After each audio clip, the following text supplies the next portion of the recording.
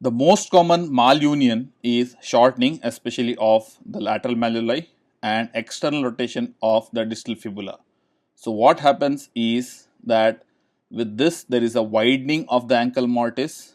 Due to this there will be a lateral tilt of the talus, and this can lead to secondary flat foot. Overall, on the long run, all of these combined will lead to a degenerative arthritis of the ankle joint.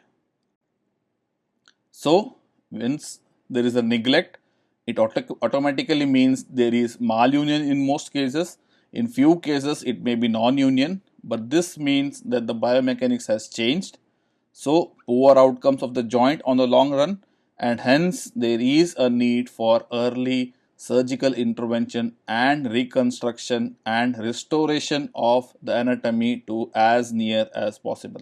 So, what are the symptoms that the patient will have when they present with this problem? We can see that in almost all cases, it is the pain and difficulty in bearing weight with which the patient seeks medical consultation.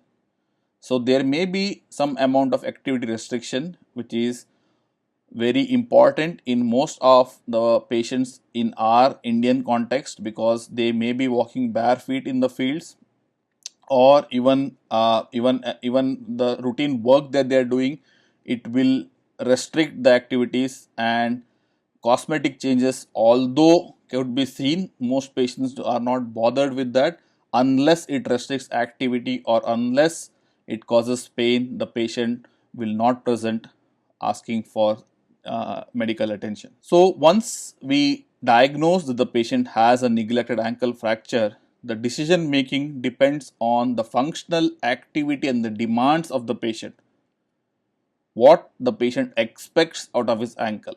If he is happy with the minimally deformed ankle and is able to do all his activities, he might not require surgical intervention.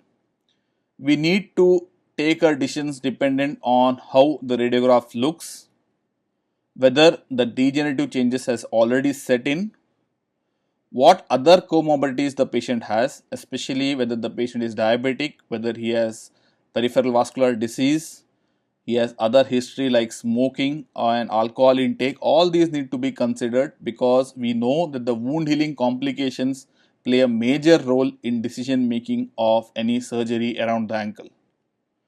And in our scenario also it matters what is the cost that the patient has to bear to undergo the surgery.